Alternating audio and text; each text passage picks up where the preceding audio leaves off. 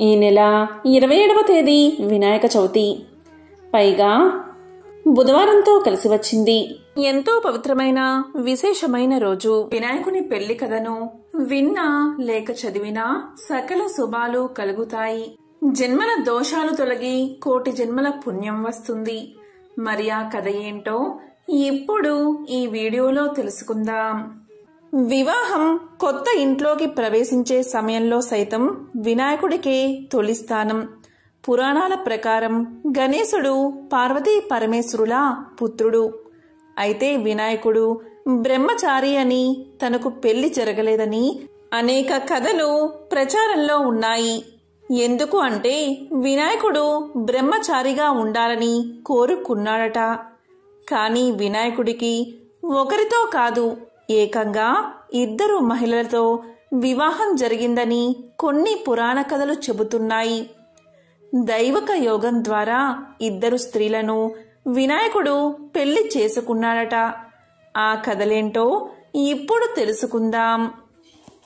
ఒకసారి వినాయకుడు ప్రశాంతమైన వాతావరణంలో తపస్సు చేస్తూ ఉంటాడు. ఆ సమయంలో అటుగా వెళుతున్న తులసి గణేశుణ్ణి చూసి ఆకర్షితురాలు అవుతుంది. అంతేకాదు, వినాయకుణ్ణి వివాహం చేసుకోవాలని కోరుతుంది. దానికి విఘ్నేశ్వరుడు ఇలా చెప్తాడు: చూడు తులసి, నేను బ్రహ్మచారిని, నిన్ను వివాహం చేసుకోవడం కుదరదు అని చెప్పి ఆమె ప్రతిపాదనను వినాయకుడు తిరస్కరిస్తాడు. దానికి తులసి ఇలా పలుకుతుంది: చూడు విఘ్నేశ్వర, ఆడదాన్నై ఉండి మనసులో కోరిక చెప్పి నీ ముందు పెట్టినా కూడా నీవు నన్ను తిరస్కరించావు. కాబట్టి నీకు ఇదే నా శాపం. నీవు ఎలా అయితే నన్ను పెళ్లి చేసుకోనని తిరస్కరించావో ఆ పెళ్లి నీకు 2 అవుతుంది. 1 కాదు, 2 పెళ్లిళ్ళు అవుతాయని కోపంతో శపించింది తులసి. అలా శాపం ఇవ్వడం గణేశుడికి నచ్చలేదు. వెంటనే కోపంతో విఘ్నేశ్వరుడు ప్రతిశాపాన్ని ఇలా ఇచ్చాడు: చూడు తులసి, నీవు నన్ను వివాహం చేసుకుంటాను అని అన్నావు. నేను బ్రహ్మచారిని కాబట్టి చేసుకోను అన్నాను. ఇందులో నా తప్పు ఏమాత్రమో లేదు కదా. ఇది తెలుసుకోక నువ్వు అహంకారంతో నన్ను శపించావు. అందుకు ప్రతిశాపంగా నీవు ఒక రాక్షసుణ్ణి వివాహం చేసుకుంటావు అని శపించాడు. అందుకే వినాయకుడి పూజలో తులసిని వాడకూడదు అంటారు. దానికి కారణం ఇదే. ఒక్క వినాయక చవితి రోజు తప్ప మిగతా రోజుల్లో వినాయకుడి దగ్గర తులసిని అస్సలు పెట్టకూడదు. ఇలా ఉండగా ఒకసారి విఘ్నేశ్వరుడికి తన రూపంపై, ఆకారంపై కోపం వచ్చింది. దాంతో బ్రహ్మచారిగా ఉండాలని నిర్ణయించుకున్నాడు. ఎందుకంటే తన పొట్ట ముందుకు చొచ్చుకుని వచ్చింది. తన ముఖం కూడా ఏనుగు రూపంలో ఉంటుంది. అందుకే తనను ఎవరూ పెళ్లి చేసుకోవడానికి ఇష్టపడలేదు. దీంతో మనసులో విఘ్నేశ్వరుడు ఎంతో బాధపడ్డాడు. తనకు వివాహం జరగకపోవడం వల్ల ఎక్కడైతే వివాహాలు జరుగుతాయో అక్కడ ఆటంకాలు కలిగించడం ప్రారంభించాడు వినాయకుడు. తనకు జరగని వివాహం ఎవరికీ జరగకూడదని కోపంతో ఆటంకాలు కలిగిస్తూ ఉంటాడు. అందుకు తన వాహనమైన ఎలుక సహాయం కూడా తీసుకుంటాడు. అయితే ఇలా వివాహాలన్నీ జరగక ఆటంకాలు కలుగుతూ ఉంటే ఇదంతా చూసిన దేవతలు ఎంతో బాధపడతారు. ఇది ఇలా కొనసాగితే లోక కళ్యాణానికి కూడా ఆటంకం కలుగుతుందని, సృష్టి కార్యానికి ఆటంకం కలుగుతుందని భావించిన దేవతలు ఒకరోజు తమ కష్టాలను తీర్చమని బ్రహ్మదేవుడి వద్దకు వెళ్లారు. వారి బాధంతా విన్న బ్రహ్మదేవుడు ఇలా పలికాడు: దేవతలారా, ఇలా వివాహాలకు ఆటంకం విఘ్నేశ్వరుడు కలిగించడం నాకు ఎంతో బాధగా ఉంది అని ఆలోచిస్తూ ఉండగా బ్రహ్మ మనసులోని ఆలోచన ద్వారా బ్రహ్మయోగం నుండి 2 కుమార్తెలు సిద్ధి, బుద్ధి పుట్టారు. వారిద్దరూ బ్రహ్మదేవుడి మానస పుత్రికలు. ఇక బ్రహ్మదేవుడు దేవతల కష్టాలు తీర్చేందుకు ఆ 2 కుమార్తెలను విఘ్నేశ్వరుడి దగ్గర విద్యను నేర్చుకోవడానికై పంపించాడు. ఆ విధంగా బ్రహ్మదేవుడి ఆదేశాల ప్రకారం గణేశుడు ఆ ఇద్దరికి బోధన ప్రారంభించాడు. ఇక వినాయకుడి దగ్గరకు పెళ్లి సంబంధం విషయం ఎలుక తీసుకువచ్చినప్పుడు ఈ సిద్ధి బుద్ధి విఘ్నేశ్వరుడి యొక్క దృష్టిని మరల్చేవారు. ఇలా లోకంలో మళ్లీ వివాహాలు జరగడం ప్రారంభమయ్యాయి. ఈ విధంగా కొన్నేళ్లు సాగగా ఒకరోజు విఘ్నేశ్వరుడికి నిజం తెలిసిపోయింది. లోకంలో అందరూ వివాహం చేసుకుంటున్నారని, దీనికి సిద్ధి బుద్ధే కారణమని తెలుసుకుని కోపంతో వారిని శపించబోయాడు.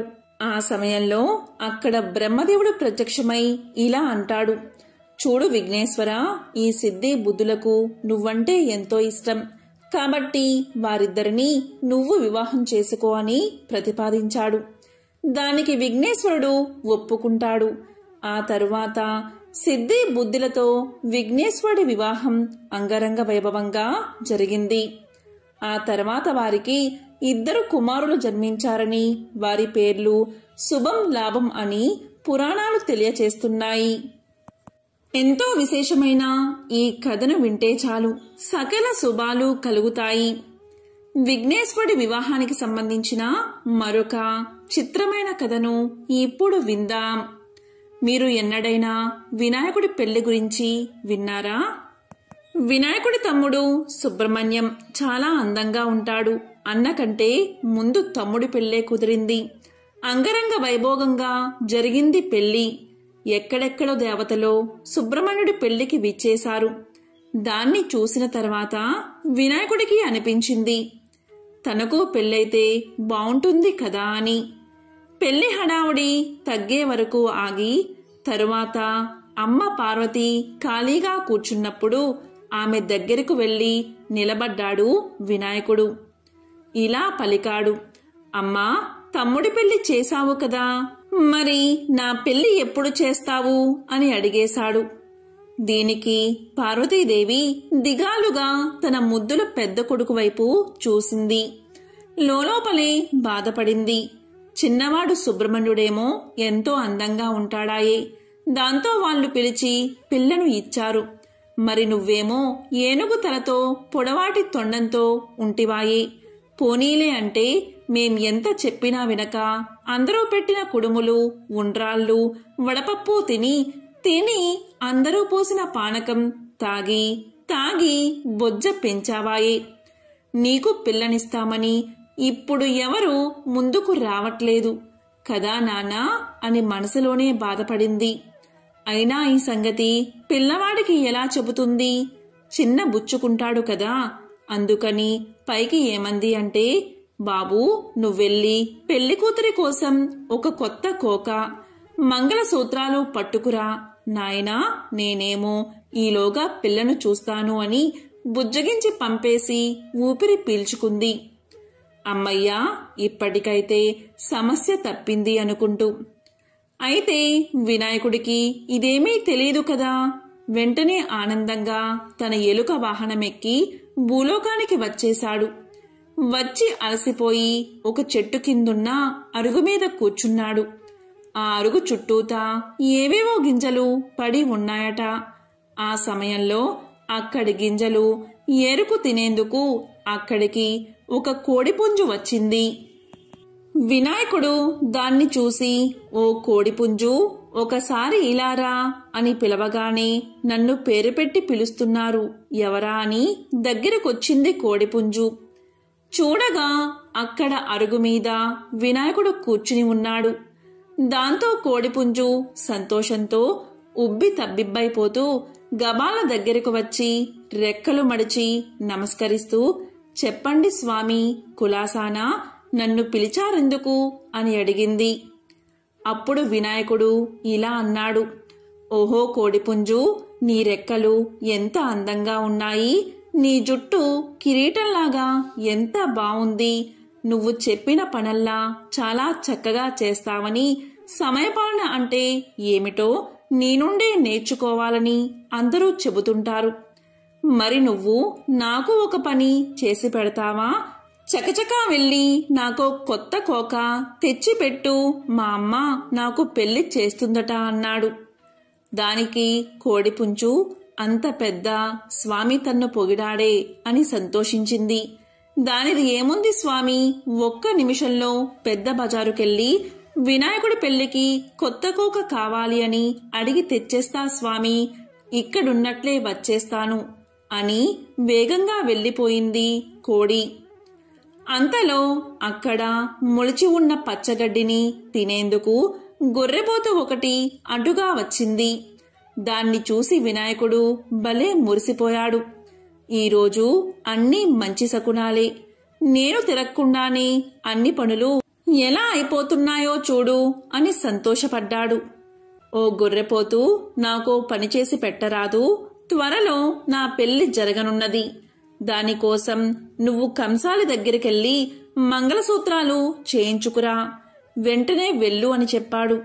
దానికి గొర్రెపోతూ, ఓహో అలానా స్వామి, అయితే మాకు పప్పన్నం దొరుకుతుందన్నమాట.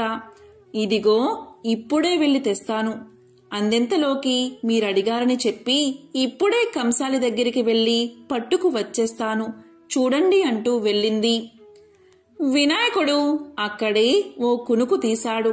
ఆయన లేచి చూసేసరికి సాయంకాలమైంది. పోయిన వాళ్ళు ఇద్దరూ ఇంకా తిరిగి రాలేదు. ఇక దాంతో వినాయకుడే మెల్లిగా ఎలుక వాహనం ఎక్కి బయలుదేరాడు. ఇద్దరినీ వెతుక్కుంటూ కొంత దూరం వెళ్లేసరికి కోడిపుంజు కనిపించింది. ఏమే కోడిపుంజు, నా కొత్త కోక ఎక్కడా అని అడిగాడు దాన్ని. అప్పుడు కోడిపుంజు ఇలా పలికింది, స్వామి మీకోసం కొత్త కోక తీసుకువస్తున్నానా? అంతలో అక్కడ నాకు ఒక జొన్నకంకి కనిపించింది. దాన్ని చూడగానే విపరీతంగా ఆకలి వేసింది. ఒక్క కంకి తినేసి వద్దామని మీ కొత్త కోకను పక్కన పెట్టి కంకి తినేసి వచ్చాను. అలా చేసేసరికి అక్కడ కోకలేదు. దాంతో ఇక మధ్యాహ్నం నుంచి దాన్నే వెతుకుతూ తిరుగుతూ ఉన్నానయ్యా అని చెప్పింది. దాంతో వినాయకుడు ఇలా అన్నాడు, చూడు కోడిపుంజు, నువ్వు కొత్త కోక తీసుకువస్తేనే నా పెళ్లి. అందుకని త్వరగా వెళ్లి వెతుక్కురా, లేకపోతే ఎలుక చేత నిన్ను కొరికించేస్తా, జాగ్రత్త అని బెదిరించాడు. దాంతో కోడిపుంజు కొత్త కోకో అని అరుచుకుంటూ ఆ కొత్త కోక కోసం ఈనాటికి వెతుకుతూనే ఉంది. పాపం ఆ అరుపేనట మనకు కొక్కరొక్కో అని వినబడేది. కోడిపుంజు కోక తేకపోయేసరికి ఇక సరేలే అని వినాయకుడు గొర్రెను వెతుకుతూ ఆ బజారు ఈ బజారు తిరిగాడట. అనుకున్నట్లుగానే గొర్రెపోతు ఎదురయ్యింది. స్వామి కోపంగా, ఏ గొర్రెపోతూ, నా తాలిబొట్టెక్కడా అనగానే అది వణికిపోతూ, స్వామి తమరు అడిగారని చెప్పగానే కంసాలి కనకయ్య తాలిబొట్టు చేసి ఇచ్చేశాడు. ఆ తర్వాత వస్తూ ఉంటే నాకు ఆకలి వేసింది. ఆ సజ్జ చేలో గడ్డి తింటూ ఒక్క క్షణం ఏమారాను. అంతలోనా ఎవరో ఆ తాలిబొట్టు కాజేశారయ్యా అని భయపడుతూ చెప్పింది గొర్రెపోతు. వినాయకుడికి మహా కోపం వచ్చేసింది. నువ్వు త్వరగా వెతికి తెచ్చివ్వు, నా పెళ్లి జరగాలి అంటే ఆ తాళి కావాల్సిందే అనేశాడు కోపంగా. అలాగే స్వామి అని గొర్రెపోతూ పాపం ఆనాటి నుండి ఈనాటి వరకు వంచిన తల ఎత్తకుండా ఆ తాలిబొట్టు కోసం వెతుకుతూనే ఉంది. అయినా ఏం చేస్తాం, ఈ రోజు వరకు కూడా అటు తాలిబొట్టు కాని ఇటు కొత్త కోక గాని రానేలేదు. దాంతో మరి వినాయకుడి పెళ్లి జరగనేలేదు. పైపెచ్చు వినాయకుడి పెళ్లికి 1000 విఘ్నాలు అన్న సామెత కూడా పుట్టింది. ఒకానొకప్పుడు లక్ష్మీదేవి మానస సరోవరంలో జలకాలాడుతూ ఉండగా పార్వతీదేవి విష్ణు రూపాన్ని ధరించి లక్ష్మిని సమీపించింది. నవమోహనంగా కనిపించిన నారాయణుడి వేషంలో ఉన్న పార్వతికి కూడా లక్ష్మి సౌందర్యం మనోహరంగా కనిపించింది. ఇద్దరూ ఒకరిపై ఒకరు ఆప్యాయంగా చూసుకున్నారు. ఆ చూపుల కలయికతో సరోవరంలో ఒక స్వర్ణ కమలం లేచింది. అందులో దగదగా మెరిసిపోతున్న ఒక పసిపాప ఉంది. ఇక లక్ష్మీదేవి నారాయణుడి దగ్గరకు చేరి కౌగలించుకుంది. దీంతో పార్వతి పగలబడి నవ్వుతూ, నేను నారాయణుణ్ణి కాను లక్ష్మి అని నిజరూపంలో కనిపించింది. ఇక లక్ష్మీదేవి ఇలా పలికింది, అన్నకు తగ్గ చెల్లెలివే, నారాయణి అని అనిపించుకున్నావులే అంది. ఇక పార్వతీదేవి ఇలా అంటుంది, అప్పుడు విష్ణువు మోహిని రూపంలో శివుణ్ణి మాయొచ్చిన దానికి ఇది చల్లు అంది.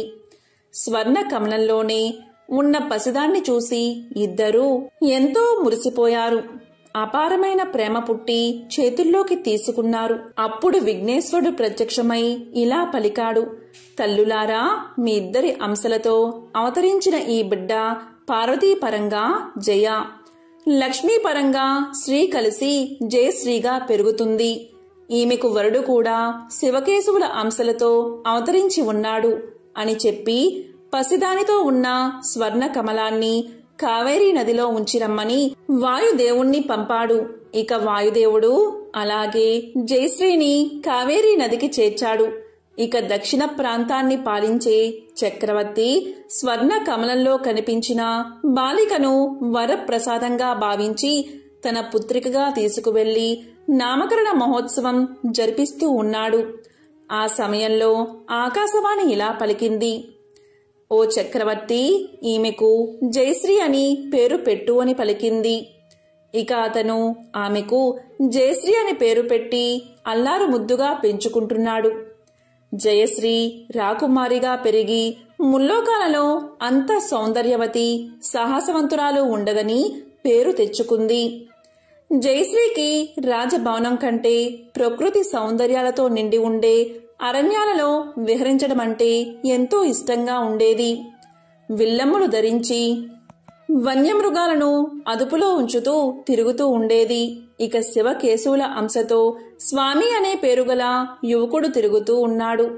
హరిహర అంశాలతో అవతరించిన స్వామి కైలాసానికి వెళ్లి విఘ్నేశ్వరుణ్ణి, కుమారస్వామిని కలుసుకోవాలి అనుకున్నాడు. ఒకరోజు అలాగే వెళ్ళాడు. అప్పుడు విఘ్నేశ్వరుడు, కుమారస్వామి ముచ్చటలాడుకుంటూ ఉన్నారు. అప్పుడు విఘ్నేశ్వరుడు కుమారస్వామితో ఇలా పలికాడు, ఈ మానస సరోవరంలోని లక్ష్మీ పార్వతుల తేజస్సులతో స్వామికి కాబోయే దేవేరి ఉదయించింది అని అన్నాడు.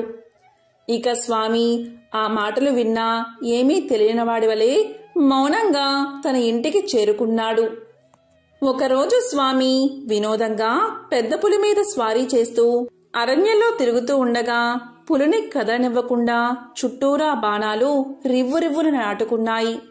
ఇక స్వామి బాణాలు వచ్చిన దిశగా కోపంగా చూశాడు.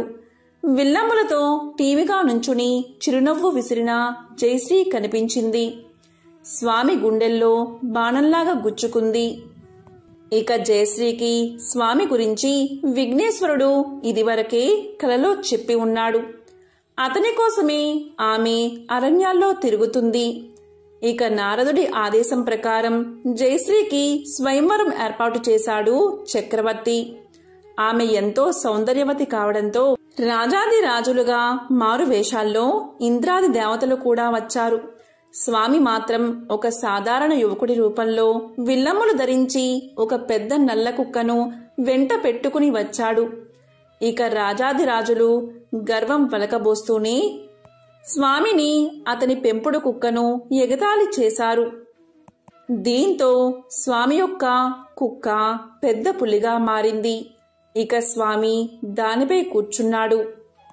దీంతో స్వామిని చూసిన జయశ్రీ పరిగెత్తుకుంటూ వచ్చి అతని మెడలో వరమాల వేసింది. ఈ దృశ్యాన్ని చూసిన రాజుల వేషంలో ఉన్న దేవతలు స్వామిపై యుద్ధానికి దిగారు. అప్పుడు స్వామి తన నిజరూపంతో హరిహర స్వామిగా సాక్షాత్కరించాడు. ఇక దేవతలందరూ చేతులెత్తి శరణం స్వామి అని పలికారు. ఆ విధంగా స్వామి జయశ్రీల వివాహం దేవాది దేవతల మధ్య మహావైభవంగా జరిగింది. ఎంతో విశేషమైన పవిత్రమైన ఈ రోజు విఘ్నేశ్వరుడి వివాహానికి సంబంధించిన ఈ కథలను విన్నా, చదివినా, చెప్పినా, వినిపించినా సకల శుభాలు కలుగుతాయి. సనాతన ధర్మంలో ఏ దైవ కార్యమైనా వినాయకుడి పూజతోనే ప్రారంభమవుతుంది. ఓం గం గణపతియే నమః ఈ మంత్రం ఎంతో విశేషమైనది. గణపతి మూలాధార చక్రానికి అధిపతి. అందువల్ల ఈ మంత్రంతో మూలాధార చక్రానికి శక్తి లభించి ఉత్తేజితమవుతుంది. ఈ మంత్రాన్ని జపిస్తే ఆటంకాలన్నీ తొలగిపోతాయి. ఓం శ్రీం హ్రీం క్లీం గ్లౌం గహ గణపతియే నమః అనే మంత్రం చాలా విశేషమైనది. దీనిని 21 సార్లు జపిస్తే ఆ వినాయకుడి అనుగ్రహం తప్పకుండా మీకు కలుగుతుంది.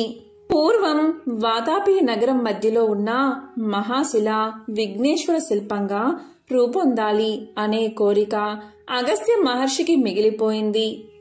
అగస్త్య మహర్షి యొక్క భార్య లోపాముద్ర చిత్రకళా ప్రావీణ్యురాలు. ఆమె అక్కడికి వచ్చి మహాశిలను పరిశీలించి అది ఏ విధంగా రూపొందాలో అలాంటి విఘ్నేశ్వరుడి రూపరేఖా చిత్రాన్ని తయారు చేసింది. రేఖాచిత్రమైతే తయారైంది, కానీ ఆ ప్రకారం మహాశిలను మలచగల శిల్పులు శిల్పాచార్యులు ఎంత ప్రయత్నించినా లభించలేదు. దీనితో అగస్త్యుడు ఎంతో బాధతో మహాశిల ఎదురుగా కూర్చుని చిత్రాన్ని శిలను పదే పదే చూసుకుంటూ కాలం గడుపుతున్నాడు. వచ్చిన శిల్పాచార్యులందరూ చిత్రాన్ని చూసి ఇలాంటి శిల్పాన్ని మలచడం దేవశిల్పి విశ్వకర్మకు, దానవశిల్పి యముడికి తప్ప ఇతరులకు సాధ్యం కాదు అంటూ వెనక్కి జంకారు.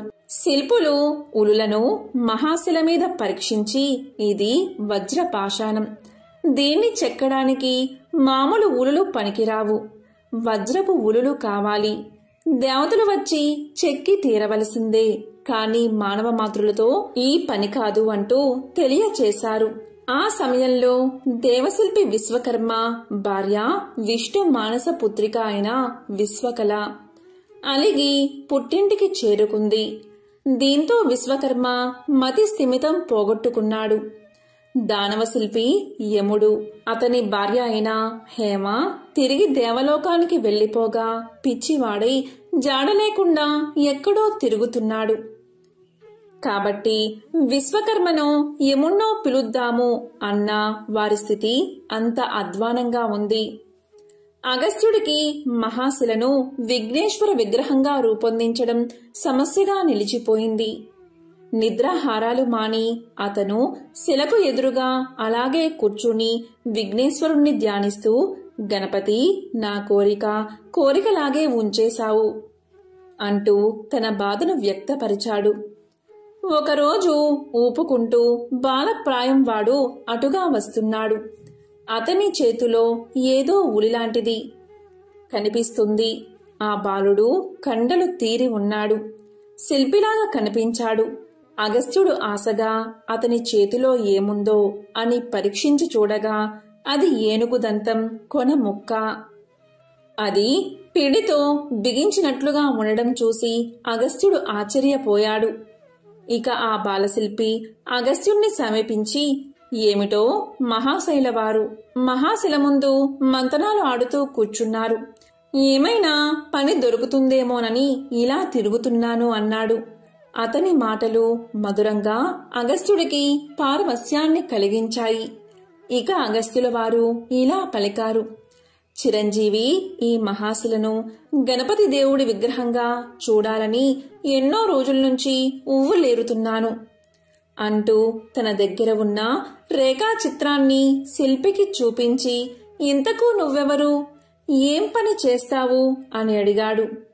దానికి ఆ బాలుడు ఇలా సమాధానం చెప్పాడు, నేను చేసే పనుల్లో మొదటిది పుష్టిగా తినడం, తరువాత శిల్పం చెక్కడం, నన్ను బాల శిల్పాచార్యుడు అని పిలుస్తూ ఉంటారు అని బాలశిల్పి తెలియచేశాడు. అగస్త్యుడికి అతని మాటల తీరు మేను పులకరించేలా ఉండి నవ్వు పుట్టించాయి.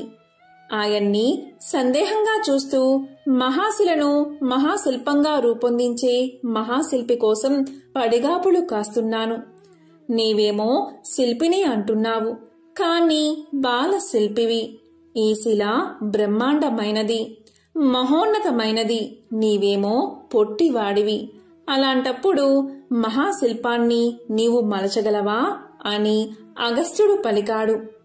ఆ మాటలకు బాలశిల్పి నవ్వి ఇలా అన్నాడు, నేను బాలశిల్పిని అయినంత మాత్రాన నా శిల్పం మహాశిల్పం కాదని అనుకోకు. మహా అని అన్నంత మాత్రాన గొప్పేమీ కాదు. నా ఉలికి అన్నీ సాధ్యం కానిదేదీ లేదు అంటూ ఉలిని తీసి చూపించాడు. అది దగదగ వజ్రంలాగా మెరుపులు విరజిమ్మింది. అగస్త్యుడు చూస్తూ ఉండగా బాలశిల్పి మహాశిల మీదకు ఉలిని విసిరాడు. ఉలి మొన తాకిడితో పెద్ద మెరుపు, కాంతి, ఉరిమిన శబ్దము బయటకు వచ్చాయి. అక్కడ శిలకు ఒక రంధ్రం ఏర్పడింది. అది నాభిస్థానం. మూర్తి శిల్పానికి నాభిస్థానం చాలా ముఖ్యమైనది. అందున లంబోదరుడి నాభి అంటే వినాయకుడి నాభి. లంబోదరంతో శిల్పం ప్రారంభమైందన్నమాట అని బాలశిల్పి చెప్తుంటే రాతి నుండి లంబోదర లక్ష్మీకర అంటూ మాలవ రాగంగా సన్నగా పాట అగస్త్యుడికి వినిపించింది. ఇది అయస్కాంత రాయి. చెక్కుతున్నప్పుడు ప్రచండమైన విద్యుత్ వెలువడుతుంది. కనుక శిల్పను చెక్కడం పూర్తయ్యే వరకు ఈ చుట్టుపక్కల ప్రజలను ఉండనివ్వకూడదు. ధ్వనులు కూడా వినిపిస్తాయి. నగరవాసులు భయపడి కంగారు పడవలసిన అవసరం లేదు. కాబట్టి ఓ మహర్షి, ఇక నీవు వెళ్ళవచ్చు. వెళ్ళి నిశ్చింతగా నిద్రపోయి తెల్లవారుజాముకి ఇక్కడికి రావచ్చు. అప్పటికి శిల్పం పూర్తవుతుంది అని చెప్పాడు బాలశిల్పి. దానికి అగస్త్యుల వారు ఆశ్చర్యపడ్డారే కాని అంతకు మించి మరేమీ అతనికి తోచలేదు. అతని బుద్ధి ఏదో నిద్రలో పడ్డట్లుగా ఉంది. అప్పుడు అగస్త్యుల వారు కొంచెం తేరుకుని రేఖా చిత్ర పటాన్ని తీసి బాలశిల్పికి ఇవ్వబోతూ ఉంటే దానికి బాలశిల్పి ఇలా అంటున్నాడు, ఇదివరకే చూపించావు కదా, ఒకసారి చూస్తే చాలు. పదే పదే చూసుకుంటూ చెక్కే రకం ఈ బాలశిల్పి కాదు. ఒక ఆటలాగా చెక్కుకునే రకం. అంతా అయ్యాక చిత్రం గీసిన వారిని వచ్చి చూసుకోమను. సరిగ్గా ఉందో లేదో, చిత్రానికి ఎంత ఇచ్చావో ఏమో కాని నాకు మాత్రం ప్రతిఫలం ఎంత ముట్ట చెబుతావో చూడాలి అని చిలిపిగా అన్నాడు. అతని చివరి మాటలు అగస్త్యునికి దిగులు పుట్టించాయి. తన భార్య లోపాముద్ర కోరిక మేరకు తీసి ఉంచిన ధనం తప్పితే తన అధీనంలో ఇంకేమీ లేదు. అంతా పంచి పెట్టేశాడు. శిల్పికి పారితోషకంగా ఆ కొద్దిపాటి ధనం ఇచ్చివేయక తప్పదు. లోపాముద్రకు ఏం చెప్పను ఇలా అనుకుంటూ అగస్త్యులు వెళ్లేసరికి లోపాముద్ర ముఖం తేజోవంతంగా దీపంలా వెలిగిపోతూ ఉంది. ఏమిటి సంగతి అన్నట్లు భార్య వంక చూశాడు అగస్త్యుడు. ఆనందంతో, అగస్త్యుల వారు నన్ను మన్నించాలి, ఋషుపత్నిలాగే ఉండాలని, అదే ధర్మమని నాకు ముందర నుంచి తెలుసు.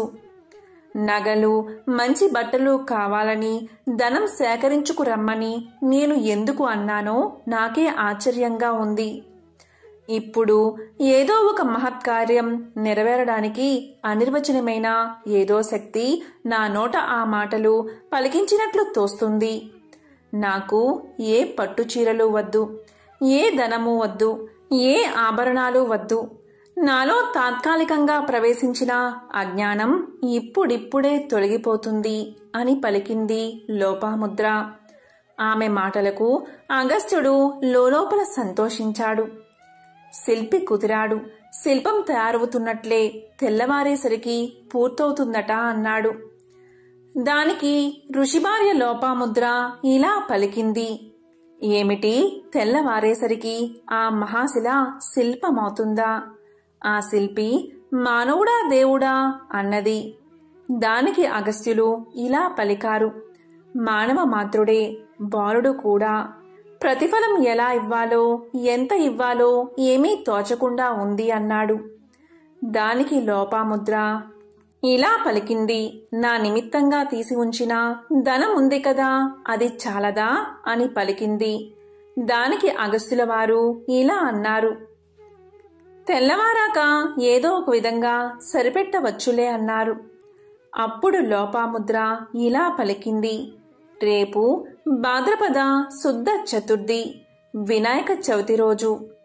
ఆ మహాశిల ధ్యాసలో పడి మీరు నెలలు తిథులు మర్చిపోతున్నారు అంది. దానికి అగస్త్యులు ఇలా అంటున్నారు. ఏమిటి, రేపు వినాయక చవిత? విఘ్నేశ్వర శిల్పం తయారవ్వడం చిత్రంగా ఉందే అంటూ అగస్త్యుల వారు ఆశ్చర్యపడుతూ ఉంటే లోపాముద్ర ఇలా అంటుంది. ఆ శిల్పి బాలుడు కాదు, మానవ మాతృడు కూడా కాదు అంది. భార్య మాటల్లో ఏదో అద్భుత సత్యం ఉంది అనిపించింది అగస్త్యుల వారికి. చాలా రాత్రి గడిచింది, నిద్ర పట్టలేదు, ఉత్సాహం పెరిగింది. ఏం జరుగుతుందో చూడాలని అగస్త్యుల వారు బయలుదేరారు. అగస్త్యుల వారు మహాశిల దగ్గరికి చేరేసరికి అక్కడ కనిపించిన దృశ్యాన్ని చూసి ఆశ్చర్యపోయారు. అలాగే చతికిల పడిపోయారు. కొన్ని వందల ఉలులు శిల్పాన్ని వాటంతట అవే చెక్కుతున్నాయి. రంగురంగుల విద్యుత్ కాంతులు మిరమిట్లు గొలుపుతున్నాయి. కనకనమని శబ్దం, నూరుమంటూ శబ్దం వెలువడుతుంది. ఉలులన్నీ ఏనుగు దంతం కొన మొక్కల్లాగా వజ్రాల్లాగా మెరిసిపోతూ ఉన్నాయి. అది స్వప్నమో నిజమో తెలియక విభ్రాంతిలో మైకం కమ్మి అగస్త్యుల వారు అలాగే సొమ్మసిల్లి నిద్రలోకి జారుకున్నారు. అలా నిద్రపోయిన ఋషి కళ్ళు తెరిచేసరికి ఎదురుగా తట్టి లేపుతున్న బాలశిల్పి కనిపించాడు. తూర్పు తెల్లవారుతున్నది. బాలశిల్పి ఇలా అంటున్నాడు. ఏమిటి మహర్షి, ఇక్కడ ఇలా నిద్రపోతూ ఉన్నావు? యోగ విద్యా పారంగతుడైన నీవు ఈ కలల నిద్ర ఏమిటి? శిల్పం పూర్తయింది. చిత్రం గీసిన వారిని వచ్చి చూసుకోమను. చిత్రించిందంతా సరిగ్గా శిల్పం రూపం పొందిందో లేదో అని బాలశిల్పి అంటూ ఉండగా పల్లెం నిండా కుడుములు, జలము, పూలు పట్టుకుని లోపాముద్ర అక్కడికి చేరుకుంది. అగస్త్యుల వారు సంభ్రమాశ్చర్యాలతో స్ఫటికంలో మెరిసిపోతున్న విఘ్నేశ్వర మహాశిల్పాన్ని చూస్తూ ఉండగా బాలశిల్పి ఇలా పలికాడు. మరి నాకు ప్రతిఫలం ఏమిస్తావో ఇవ్వు మరి అన్నాడు. ఇక అగస్త్యుడు మాట తడబడుతూ, మహాశిల్పి, నీకు ఏమిచ్చినా చాలదు.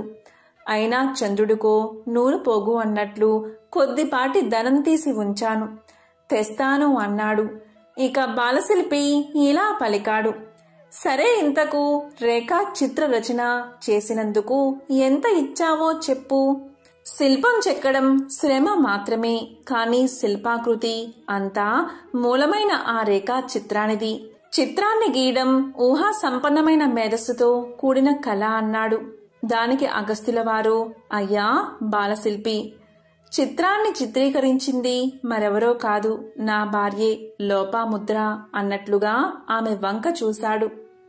ఇక లోపాముద్ర ఏదో తన్మయ అవస్థలో మునిగిపోయి ఉంది. అప్పుడు బాలశిల్పి ఇలా పలికాడు. ఏమిటి మహర్షి, నేనైతే ఒక మహానగరాన్ని నిర్మించడానికి సరిపడే ధనాన్ని నీ భార్యకు ఇచ్చి ఉందును. అంత గొప్ప రేఖాచిత్రమది. ఆ ధనమంతా ఆ అమ్మకే చెందుతుంది అన్నాడు. దానికి అగస్త్యుల వారు ఇలా పలికారు. అసలు ఆ ధనాన్ని ఆమె కోసమే తీసి ఉంచాను అన్నాడు అని నోరు జారాడు. దానికి బాలశిల్పి ఆశ్చర్యంగా ఇలా అన్నాడు. ఏమిటి, ఇంతకు ఇది స్త్రీ ధనమన్న మాట. మాట చెప్పావు కనుక సరిపోయింది. నువ్వు ఇచ్చినా నేను పుచ్చుకోను. ఎంత ఘోరం జరిగి ఉండేదో నేను తీసుకుంటే. అందులో చిల్లి గవ్వ కూడా నాకు అక్కర్లేదు అంటూ లోపాముద్ర వంక చూసి, అమ్మా, నీ చేత్తో ఒక బెల్లం కుడుము నాకు పెట్టు, నాకు అదే చాలు. చెక్కిందానికి బొక్కిందే కూలి అని బ్రహ్మ శిల్పుల నుదుట ఎప్పుడో రాసి పెట్టేశాడు అన్నాడు. ఆ మాటలు వినడంతోనే లోపాముద్ర కుడుముల పెళ్ళాన్ని అతని ఎదుట పెట్టి సాష్టాంగపడి బాలశిల్పి పాదాలు పట్టుకుని, విఘ్నేశ్వర, నీ అనుగ్రహంతో మా జన్మలు తరించాయి అంది. దాంతో బాలశిల్పి అదృశ్యమయ్యాడు. అగస్త్యుణ్ణి ఆవరించిన మాయ విడిపోయింది. విఘ్నేశ్వర మహాశిల్పం ముందు ప్రణమిల్లి, విఘ్నేశ్వర, నేను ఎంతో గొప్ప యోగాబలం కలవాడిని అని, తపస్సాలిని అని గర్వపడుతూ ఉండేవాడిని. నీ ముందు వట్టి అజ్ఞాన్ని అయిపోయాను. ఎంతటి వాడైనా నీ మాయకు అతీతుడు కాదు అంటూ నమస్కారాలు చేస్తూ లెంపులు వేసుకుంటూ ఉంటే శిల్పంలోంచి వాతాపి గణపతి భజేహం అనే కీర్తన హంసధ్వని రాగంతో మారు మోగుతూ వినిపించింది. అప్పుడు ఆ గానానికి తన్మయుడైన అగస్త్యుడు ఇలా పలికాడు: వాతాపి గణపతి, నీ అద్భుత శిల్పాన్ని నీవే మలుచుకున్నావు. ఇటువంటి మహోన్నత శిల్పం చెక్కడం ఎవరి తరము అన్నాడు. అప్పుడు విఘ్నేశుడి విగ్రహంలోంచి ఇలా పలికాడు: అగస్త్య మహర్షి, నా కోసమని నేను శిల్పం చెక్కుకోలేదు. నీ తృప్తి కోసం నీ కోరిక నెరవేర్చాను అంతే. అందువల్ల ఈ మహాశిల్పం కొంతకాలం మాత్రమే ఉంటుంది, అటు తర్వాత అదృశ్యమవుతుంది. ద్వాపరంలో ధర్మరాజు అశ్వమేధ యాగం సందర్భంలో ఇదే స్థానంలో మరొక పెద్ద విగ్రహాన్ని ప్రతిష్ఠింపచేస్తాడు అంటూ విఘ్నేశ్వరుడి మాటలు వినిపించాయి. ఇక అగస్త్యుడు శిల్పానికి నమస్కారం చేసి పూజలు చేశాడు. కాబట్టి ఎవరైతే ఈ కథను వింటారో లేక చెప్తారో వారి జన్మల పాపాలు పోయి కోటి జన్మల మహాపుణ్యం వస్తుంది. వారి పాపాలన్నీ అగ్నిలో పడిన దూది మాదిరిగా నశిస్తాయి. సకల శుభాలు కలుగుతాయి. ఓం గం గణాధిపతయే నమః. ఓం విఘ్నేశ్వరాయ నమో నమః.